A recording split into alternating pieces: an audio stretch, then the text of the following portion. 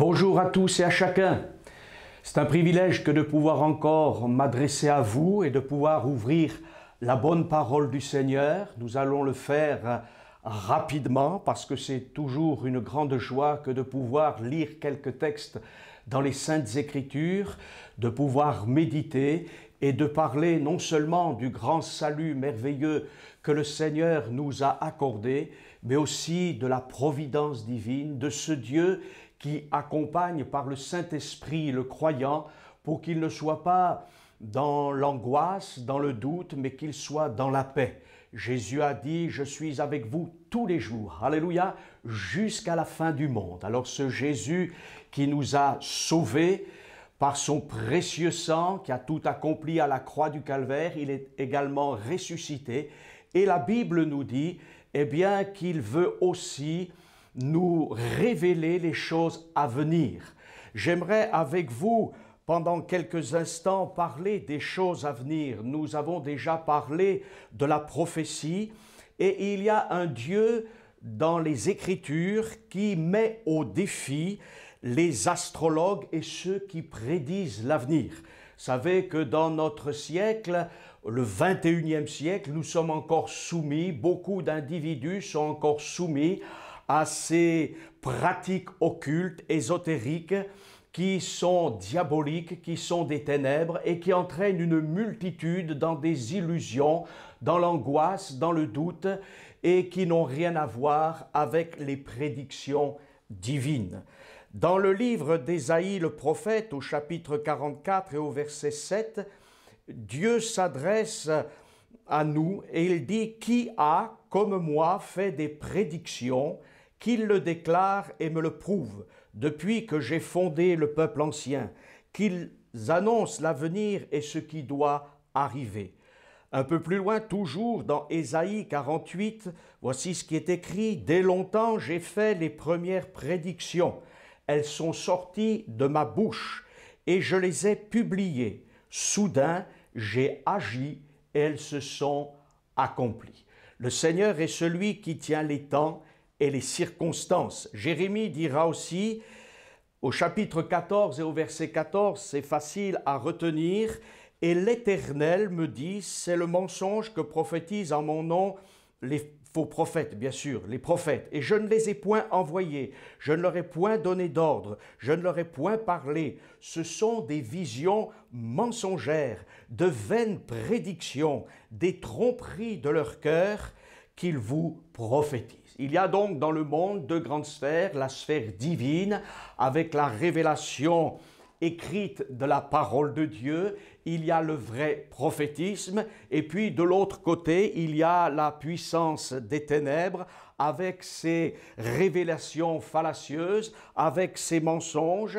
mêlés de quelques vérités et bien évidemment le croyant reste attaché non pas à toutes les élucubrations spirituelles qui l'entourent, mais il reste attaché à la parole de Dieu. Dieu ne veut pas que nous soyons ignorants des grandes lignes, des grands événements, qui vont arriver pour notre société, pour nos civilisations.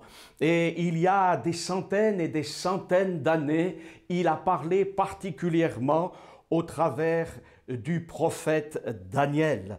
Et nous allons voir pendant quelques instants, nous aurons l'occasion dans une deuxième partie aussi d'en parler, eh bien, un peu en quelque sorte un panorama des grandes civilisations qui sont décrites dans la Bible comme des civilisations types. Et nous regarderons ce qui concerne bien sûr aussi les temps actuels. Mais avant de parler des temps actuels, j'aimerais simplement que nous puissions parler peut-être pendant quelques instants de ce qui fait en quelque sorte la nature, l'essence de notre société. Ce n'est pas souvent que je parle ainsi, mais parfois il faut regarder un petit peu autour de nous et sans être pessimiste, sans être non plus optimiste, mais en étant réaliste. Je crois que le chrétien n'est pas pessimiste. Il n'est pas non plus béat d'admiration en face de quelques prouesses des hommes, mais il est réaliste, il aime le monde, les âmes qui l'entourent, parce qu'il a été changé par Jésus-Christ. Et j'aimerais justement faire une remarque très importante, c'est que le croyant, bien que sachant que notre monde ne va pas dans la bonne direction, le croyant est toujours prêt à bénir la société, il est toujours prêt à faire du bien à son prochain et aller dans le bon sens pour que notre monde ne souffre pas tant. Alors, je crois que nous voulons encore maintenant ouvrir les Saintes Écritures, et il y a dans la parole de Dieu des descriptions de la société des pécheurs, de ceux qui ne veulent pas Dieu, qui ne veulent pas de révélation divine. Et je ne suis pas en train de juger ceux qui ne croient pas, mais simplement de dire ce que la parole de Dieu dit. Malheureusement, notre société est rongée par la vanité, par l'ignorance aussi, mais aussi par ce terrible fléau qui s'appelle l'orgueil.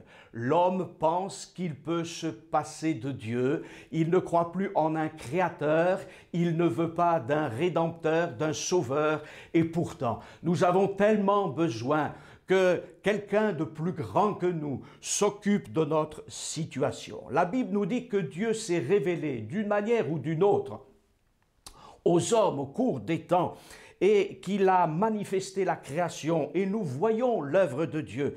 Paul aux Romains dira ceci: « En effet, les perfections invisibles de Dieu, sa puissance éternelle et sa divinité se voient comme à l'œil depuis la création du monde quand on les considère dans ses ouvrages. Ils sont donc inexcusables, puisqu'ayant connu Dieu, ils ne l'ont point glorifié comme Dieu et ne lui ont point rendu grâce. Mais ils se sont égarés dans leurs pensées et leur cœur sans intelligence a été plongé dans les ténèbres. Se vantant d'être sages, ils sont devenus fous. » Nous ne voulons pas être pessimistes, mais force est de constater, en effet, que notre société se vante d'être sage, mais pour Dieu, ceux qui se vantent d'être sages sont devenus fous. L'Écriture nous dit que justement Jésus est venu dans ce monde. Pourquoi est-il venu dans ce monde? Il est venu dans ce monde pour être pour nous la sagesse de Dieu. Et bien évidemment, nous constatons un accroissement, et particulièrement dans ces dernières décennies, de la connaissance. La connaissance a en quelque sorte explosé au niveau mondial. Dans tous les pays, il y a de plus en plus de connaissances dans tous les domaines scientifiques, sciences humaines, dans tous les domaines qui concernent l'être humain. Mais force est de constater que cette amas de connaissances, ce grenier de ressources ne change pas finalement d'une manière réelle la situation des hommes. Notre civilisation, comme les autres civilisations, est rongée par des problèmes majeurs, sociaux, par des problèmes moraux, par des problèmes d'éthique, et c'est cela le grand drame. Alors, j'aimerais citer quelques problèmes que notre société connaît, et la liste est très longue, elle n'est pas exhaustive, mais je citerai rapidement quelques problèmes que notre société n'est pas arrivée à résoudre et qu'elle n'arrivera certainement jamais à résoudre. Pourquoi? Parce que Dieu est absent de cette société. Et bien évidemment, nous avons besoin du secours de Dieu. Ce qui est extraordinaire, c'est qu'en Jésus-Christ, nous avons tout pleinement. Nous sommes capables, par exemple, d'envoyer des télescopes et des sondes dans l'espace, déjà très très loin de notre planète Terre, mais incapables de résoudre les problèmes de la faim dans le monde. Mais nous savons que notre Dieu, lui, est capable de pourvoir. Et si les hommes étaient moins égoïstes, si les hommes réalisaient aussi que ce Jésus qui a été envoyé, qu'ils ont rejeté, est le pain de vie, alors bien des choses seraient transformées. Souvent, il y a une grande injustice dans l'application des ressources de notre temps. Il est question aussi de prouesses médicales, chirurgicales, bien qu'en ce moment nous constatons que l'homme réalise ses limites. On attend toujours des solutions qui ne sont pas encore développées. Seront-elles développées pour l'immense majorité de la population? Ce n'est pas sûr. En tout cas, aujourd'hui, certains sont privilégiés par la science médicale, d'autres n'y ont même pas accès. Mais nous savons que Jésus est le divin médecin, non seulement du corps, mais de l'âme et de l'esprit. Et nous ne voulons pas, bien évidemment, mépriser tous ceux qui font des efforts colossaux pour soigner l'humanité. Nous sommes avec eux dans ce grand défi. Nous sommes là avec eux dans le fait qu'il faut justement que tous nos semblables puissent avoir accès à des soins. Mais nous réalisons que la chose serait certainement beaucoup plus facile si le cœur de l'humanité s'attachait à Jésus-Christ. Les technologies sont de plus en plus évoluées, mais force est de constater que toutes ces technologies impressionnantes, que ce soit le nucléaire, les drones, tout ce qui est intelligence artificielle, est malheureusement utilisé davantage pour préparer la guerre, pour accumuler des armes, plutôt que pour assister les hommes dans leurs besoins. Le développement de la psychologie, de la psychiatrie n'a pas résolu non plus le problème de la souffrance, du suicide, de la violence. Et nous savons que ce n'est pas parce que nous sommes écoutés, voire entendus, qu'il y a solution à nos problèmes. Mais notre Dieu vient non pas avec des armes pour nous détruire, non pas simplement pour nous écouter, mais il vient avec sa parole pour séparer le péché du pécheur et également pour combler son âme et son esprit. Si ton esprit est abattu, si ton âme est affligée, alors regarde vers celui qui est le Sauveur. Bien évidemment, quelqu'un dira, mais ce qu'il faut, c'est une bonne religion. Mais les spiritualités, les philosophies et les religions se sont même regroupées ces dernières années pour parler de paix, pour parler d'égalité. Et c'est ainsi qu'il y a donc dans notre siècle beaucoup de temps qui est consacré à la spiritualité, pour des méditations, pour des temps de prière, mais loin du Dieu vivant et vrai. Ce ne sont que des religions d'hommes qui privilégient les actes humains plutôt que le grand acte divin, à savoir l'offrande de Dieu le Père pour l'humanité, le grand cadeau de Dieu, Jésus, le Fils de Dieu. Car Dieu a tellement aimé le monde qu'il a donné son Fils, son unique, afin que quiconque croit en lui ne périsse point, mais qu'il ait la vie éternelle. Les problèmes sociaux, politiques se succèdent sans véritablement résoudre les problèmes également majeurs de notre société. Les économistes, les banquiers proposent de nouveaux systèmes qui ne résolvent rien et surtout pas la répartition des richesses.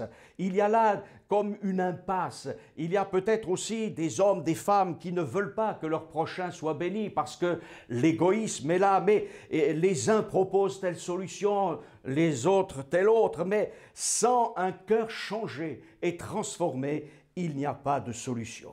Un nouvel esclavage moral et mental a fait place à l'esclavage physique, par la séduction, par la manipulation, la consommation des biens en excès.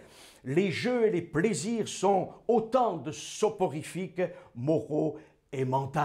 Et c'est vrai que le vieil adage qui dit du pain et des jeux, qui était déjà là dans la Rome antique, eh bien, est fort répandu. Les gens sont devant leur console vidéo, devant leurs jeux, ils sont là, ils font des paris, ils sont devant un écran écoutant toutes sortes de nouvelles comme les Athéniens le faisaient du temps de Paul, mais il n'y a plus de temps à la réflexion, il n'y a plus de temps pour penser et réfléchir au sens de la vie. Et c'est ainsi qu'il y a la suite avec des drames écologiques, avec tout ce qui n'est pas pris au sérieux pour les générations à venir. Et pour couronner le tout, il y a cette violence qui se fait de plus en plus sentir dans toute la couche de la société. Il y a une agressivité entre les individus, entre les religions, entre les façons de penser, les idéologies, et il y a beaucoup d'arrogance, il y a beaucoup de provocation verbale, racisme, antisémitisme, mépris de toutes sortes. Alors on cherche des solutions, des lois, on fait toutes sortes de solutions, du moins on cherche toutes sortes de solutions, et puis on essaye d'informer les gens. Il y a des associations qui se mettent en place, mais tout cela ne règle rien. Alors, bien évidemment, les dirigeants des grandes nations sont là, et certains même sont devenus non seulement agressifs, ne veulent pas que tel ou tel peuple règne, mais ils désirent dominer d'autres nations. Ce qui se faisait couramment autrefois, une nation dominant une dizaine ou une quinzaine de nations, eh bien, cette pensée n'a pas disparu, bien au contraire, et sans vouloir citer des pays d'une manière particulière, nous ne sommes pas là pour simplement faire des commentaires sur les événements de notre siècle, mais il faut reconnaître qu'il y a là un désir de domination qui n'est pas loin, sans faux, de faire penser à des drames qu'a connu l'humanité. Les démocraties sont affaiblies, les dictatures sont là, et la Bible nous a avertis. Paul dira à Timothée, sache que dans les derniers temps, il y aura des temps difficiles. Les médias nous diffusent toutes sortes d'annonces.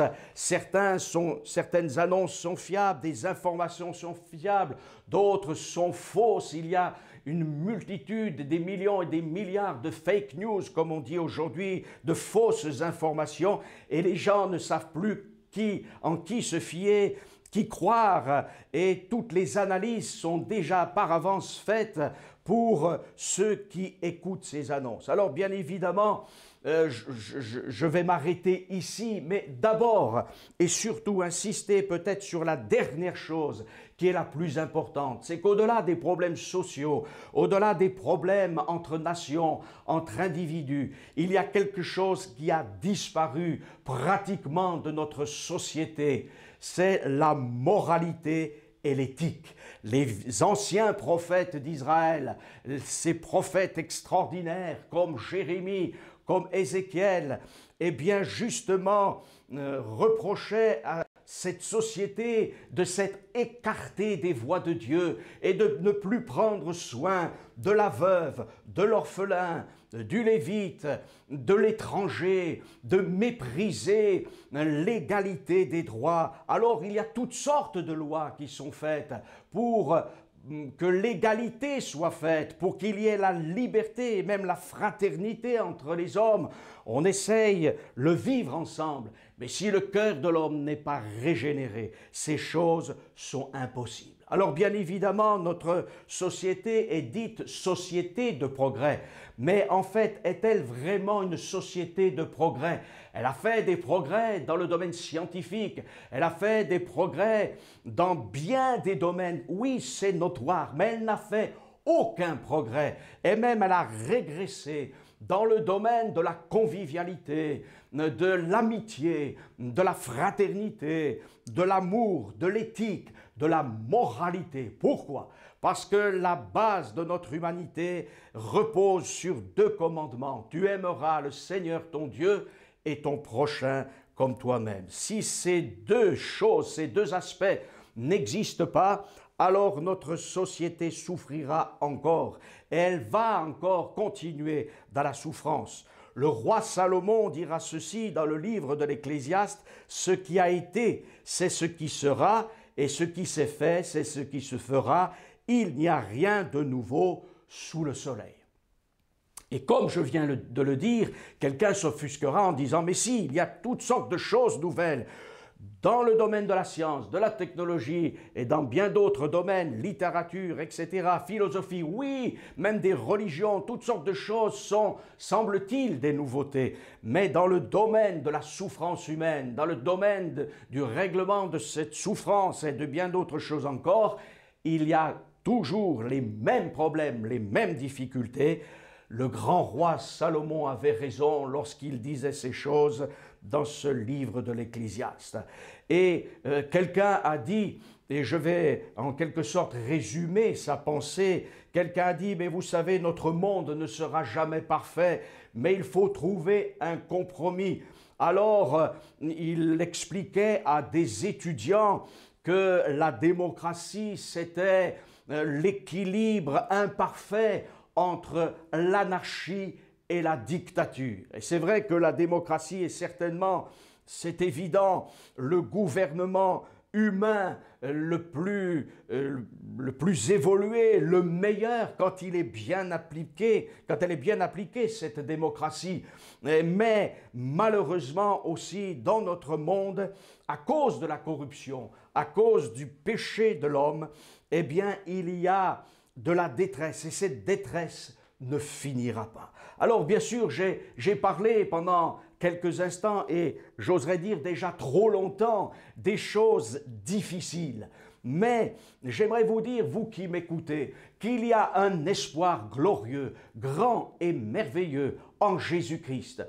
Cet espoir, c'est que Dieu connaît les temps et les circonstances, et il nous annonce effectivement que les civilisations se dégradent au fur et à mesure, même si la connaissance augmente, même si le savoir augmente, mais après ces civilisations qui vont en se détruisant de plus en plus au fur et à mesure, il y aura le royaume éternel de notre Dieu, alléluia, où il n'y aura plus de pleurs et où il n'y aura plus de grincement de dents. Alors, l'un des textes les plus extraordinaires en ce qui concerne la fin des temps, la suite des temps, comme dit l'Écriture, c'est ce songe, ce rêve plus exactement de Nebuchadnezzar lorsqu'il va voir cette grande statue. Et je vous invite à la lecture de ce texte dans Daniel chapitre 2 et au verset 31. Voici ce qui est écrit, Daniel 2, 31.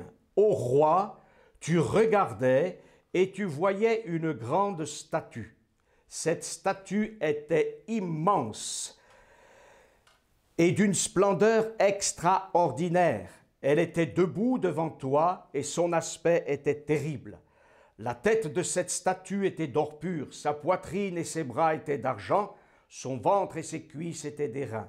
Ses jambes de fer, ses pieds en partie de fer et en partie d'argile.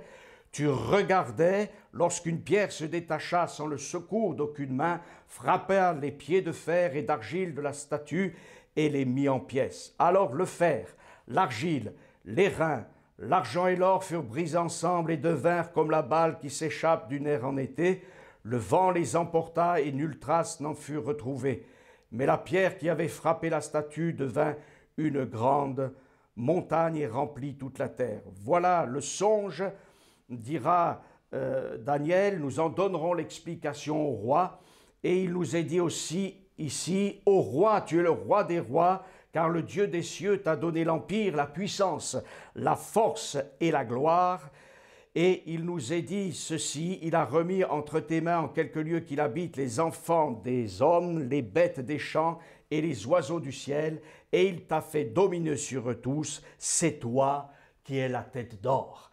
Donc Nebuchadnezzar va voir cette immense statue, elle a une tête d'or, une poitrine et des bras d'argent, elle a un bassin en airain, en bronze, elle a 2 jambes de fer et des pieds constitués en partie de fer et d'argile. Et Daniel va donc expliquer à Nebuchadnezzar que sa civilisation, en tout cas lui, représente la Babylonie, représente la tête d'or. Lui, Nebuchadnezzar, c'est la tête d'or. Et nous découvrons qu'au fur et à mesure, partant du métal précieux le plus répandu, l'or, nous allons vers des métaux de moins en moins précieux, pour arriver à un mélange de fer et d'argile.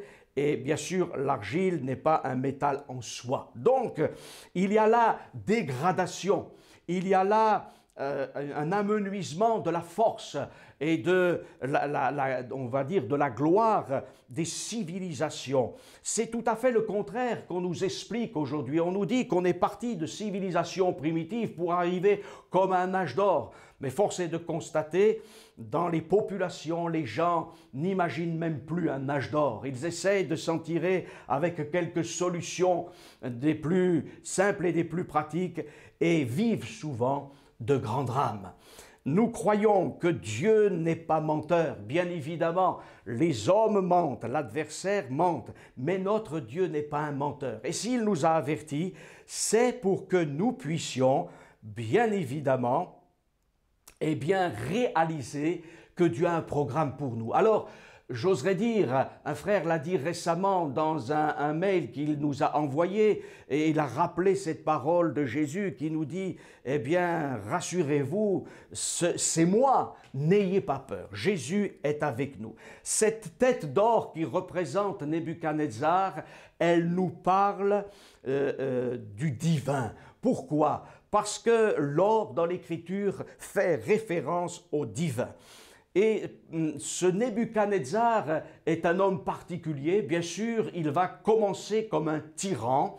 Et comme tous les tyrans de son époque, il pense être un dieu. Et il va d'ailleurs avoir un comportement comme ses prédécesseurs et même penser que tout ce qu'il a devant ses yeux, c'est à cause de sa grandeur, de sa puissance. Et l'Écriture nous dit que Dieu va humilier Nebuchadnezzar. Il va se retrouver pris de folie, il va devenir comme un animal pendant un temps assez long, et jusqu'au jour où, et il a déjà été averti par le prophète Daniel, il va reconnaître son péché, il va s'humilier et il va reconnaître qu'au-dessus de lui, il y a le Dieu très haut et très puissant. C'est-à-dire qu'il va reconnaître qu'il n'est pas le Tout-Puissant, mais qu'il est un sujet quelque part du Tout-Puissant. Et après s'être humilié, il va dire ces choses dans Daniel 4, 34, « Après le temps marqué, moi, Nebuchadnezzar, je levai les yeux vers le ciel, et la raison me revint. J'ai béni le Très-Haut, j'ai loué et glorifié celui qui vit éternellement, celui dont la domination est une domination éternelle et dont le règne subsiste de génération en génération. Tous les habitants de la terre ne sont à ses yeux que néant. Il agit comme il lui plaît avec l'armée des cieux et avec les habitants de la terre. Il n'y a personne qui résiste à sa main, qui lui dise « Que fais-tu » ? En ce temps, la raison me revint, la gloire de mon royaume, ma magnificence et ma splendeur me furent rendues, mes conseillers et mes grands me redemandèrent, je fus rétabli dans mon royaume et ma puissance ne fit que s'accroître. Maintenant, moi, Nebuchadnezzar, je loue, j'exalte et je glorifie le roi des cieux, dont toutes les œuvres sont vraies et les voies justes, et qui peut abaisser ceux qui marchent avec orgueil. À partir du moment où Nebuchadnezzar a reconnu la grandeur de Dieu, l'autorité divine, à savoir que Dieu fait tout ce qu'il veut, en haut dans les cieux comme en bas sur la terre, il a récupéré son royaume, et même il nous est dit que sa puissance ne fit que s'accroître. Et je crois que Dieu veut que nous soyons des gens puissants, mais pas des gens puissants pour régner sur les autres, pour dominer sur les autres, pour rendre esclaves les autres, mais des gens puissants qui peuvent dire non au péché, non à la mort, non à la puissance des ténèbres, non à tout ce qui est contraire à Dieu. Et Dieu nous dit, je t'ordonne d'être puissant. mais la puissance divine pour ses enfants et la puissance qu'envisagent les hommes sans Dieu n'a strictement rien à voir. Alors ce roi de Babylone, Nebuchadnezzar, il représente la tête d'or, ce métal précieux, lourd, et voilà qu'il aura quelque temps plus tard un successeur qui s'appellera Belshazzar, et ce Belshazzar, lui, ne va pas tenir compte de l'expérience de son ancêtre, il va au contraire vivre dans la débauche, ne pas respecter l'expérience de celui qui l'a précédé, et il va utiliser les vases du temple de Jérusalem pour une partie de débauche, alors que les armées des Mèdes et des Perses sont là aux portes de Babylone. Et il pense tellement qu'il est puissant avec ses murailles, avec ses soldats, avec ce fleuve qui est là, l'Euphrate. Il se dit, je suis inaccessible, ils peuvent toujours être là à côté des murailles, ils ne pourront pas prendre mon royaume. Mais l'histoire nous dit tout autrement.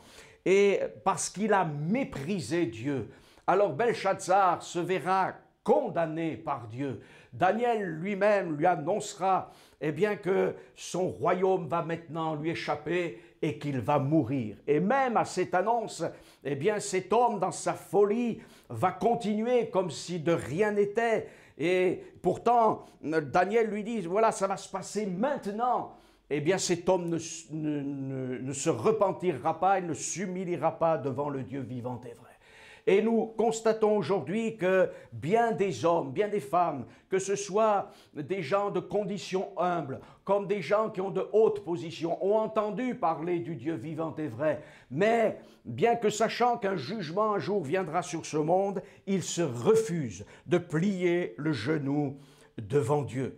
Alors, bien évidemment, les Mèdes et les Perses, après avoir détourné l'Euphrate, ont pénétré dans cette ville de Babylone et l'ont prise, et Darius le Mède, nous dit l'Écriture, a pris la royauté.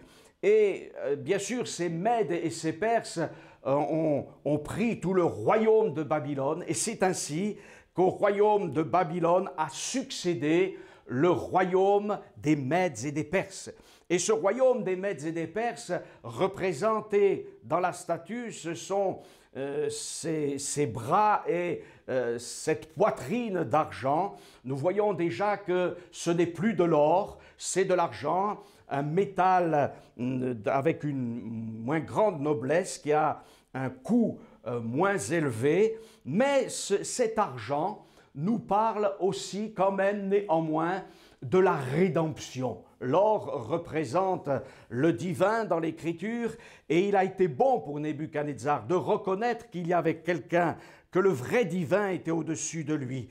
Et c'est dans ce temps des Mèdes et des Perses qu'il y a eu, en tout cas pour Israël, pour les Juifs, un temps qu'on pourrait dire de rédemption, puisque c'est Cyrus, roi de Perse, qui a permis aux Juifs de rentrer dans leur pays, d'arriver jusqu'à Jérusalem, et il leur a donné l'autorisation de reconstruire le temple. Et c'est pour cela que même si ce royaume des Mèdes et des Perses n'est pas, bien évidemment, selon le modèle divin, il n'en demeure pas moins vrai que ces Mèdes et ces Perses ont reconnu quand même d'une certaine manière la grandeur du Dieu d'Israël et ont laissé à ces Juifs la possibilité de se prosterner devant ce Dieu vivant et vrai.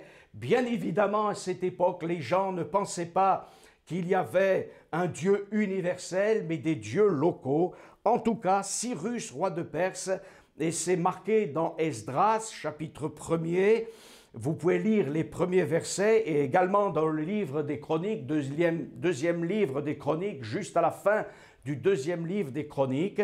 Voici ce que dit Cyrus, roi de Perse, avec l'onction divine, c'est une marque particulière. Il dira: l'Éternel, le Dieu des cieux, m'a donné tous les royaumes de la terre. Il m'a commandé de lui bâtir une maison à Jérusalem, en Juda. Qui d'entre vous est de son peuple? Que son Dieu soit avec lui et qu'il monte à Jérusalem, en Juda, et bâtisse la maison de l'Éternel, le Dieu d'Israël. C'est le Dieu qui est à Jérusalem. Alors il y a là comme un temps, je dirais, de patience, de grâce avec cette société, cette civilisation des Mèdes et des Perses. Si le grand roi Nebuchadnezzar a reconnu la grande autorité divine du Seigneur, du Très-Haut, les Mèdes et les Perses ne l'ont pas fait de la même manière, mais ils ont eu de l'égard par rapport au peuple de Dieu. Et c'est pour cela qu'il y a là encore une certaine valeur, une certaine bonté de Dieu envers eux. Nous voyons néanmoins que ces civilisations qui vont se succéder vont finir par se dégrader. Et ça, c'est quelque chose de terrible. Mais j'aimerais, avant de terminer ces propos, parce que nous aurons l'occasion dans une autre vidéo de parler, bien évidemment, eh bien, de la partie des reins de bronze, de fer et d'argile, parce que sinon mes propos seraient trop longs. Mais j'aimerais rappeler à tout un chacun qu'au-delà de cette statue, il y a dans le ciel un Dieu qui nous aime. Amen. Dans le tabernacle de Dieu, dans cette maison que Dieu avait prévue pour les enfants d'Israël dans le désert, ce temple de rencontre, cette maison de rencontre, il y avait de l'argent, il y avait de l'or, et particulièrement de l'or dans le lieu très saint, dans le lieu saint. Et mes frères et sœurs, et vous qui m'écoutez aussi, amis, notre or, ce n'est pas l'or en lingots qu'il y a dans le monde, ce n'est même pas l'admirable civilisation qui aurait pu nous précéder en Babylonie. Non, tout cela, ce n'est pas grand-chose. Mais ce qui est notre or, c'est notre Dieu. Il est plus que de l'or, que ce métal précieux, mais comme ce métal est précieux, notre Dieu est précieux. Alléluia, notre précieux Jésus, notre Dieu qui est parfait, qui est grand et glorieux. Et la Bible nous dit que d'ailleurs notre foi, elle doit être éprouvée comme les métaux précieux. Et ce Dieu précieux, ce Dieu grand, ce Dieu pur, ce Dieu extraordinaire auquel nous appartenons, a aussi pour nous, alléluia, ce grand salut, cette rédemption. Nous n'avons pas besoin de construire une maison particulière parce que c'est Jésus lui-même qui est notre temple, c'est notre Dieu qui nous a sauvés. Alors j'aimerais rappeler encore ce qui s'est passé il y a 2000 ans, à savoir que Jésus est venu pour nous sauver, pour nous arracher à notre vaine manière de vivre. Ce n'est pas une civilisation qui me transformera, ce ne sont pas les progrès et l'accumulation des connaissances qui feront de moi une nouvelle créature. Mais lorsque quelqu'un vient auprès de Jésus, alors son sang le purifie de tout péché, l'Esprit de Dieu le régénère, il est bouleversé, alléluia, par l'amour de Dieu et il devient une nouvelle créature. Et si tous les hommes, toutes les femmes devenaient de nouvelles créatures, alors ce serait déjà dès ici-bas, eh bien la civilisation de Dieu, si je peux m'exprimer ainsi, le royaume de Dieu.